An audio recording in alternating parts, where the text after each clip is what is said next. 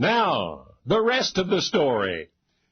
July 1999, Penny Brown was sitting in the bleachers watching her son play Little League Baseball.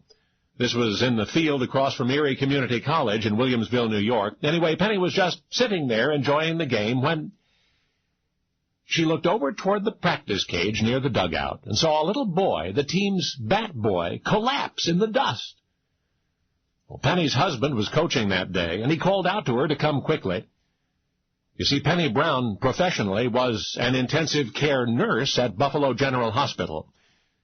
So she hurried from the stands to the little boy's side, felt for his pulse. There was none. What had happened was another boy was swinging a bat in the practice cage, and while he was looking the other way, he caught the bat boy in his backswing, caught him right in the chest.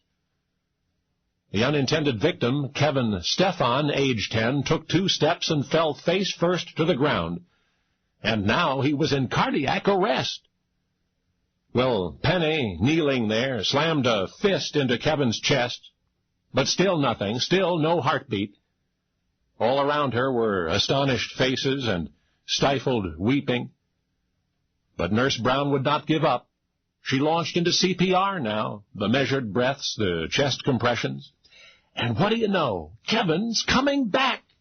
His heart's beating again, and he's breathing again. And the anxious assembled rightly applaud in the summer of 1999. It's important to know emergency life-saving techniques, Nurse Penny Brown exclaims, even still.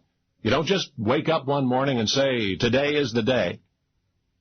For instance, Penny was in a restaurant several years later, January 2006, the Hillview restaurant in Depew, New York, when this woman in sudden and obvious distress clutched her throat, elbows up, in the universal sign that she was choking. People called out for help on her behalf, and a moment later, out of the kitchen races this young man.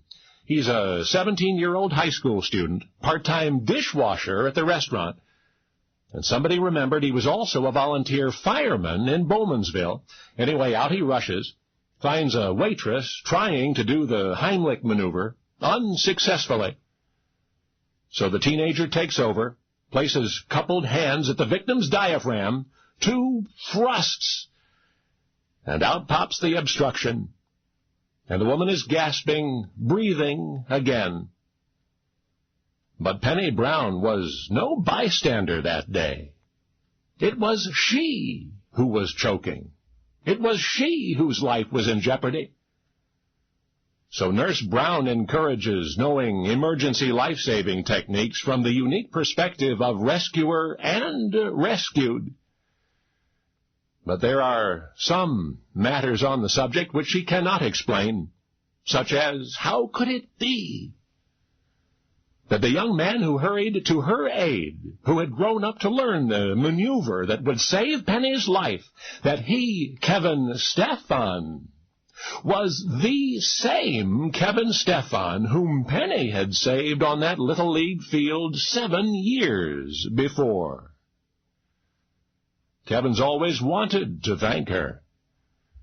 Well, now he has, because now you know the rest of the story.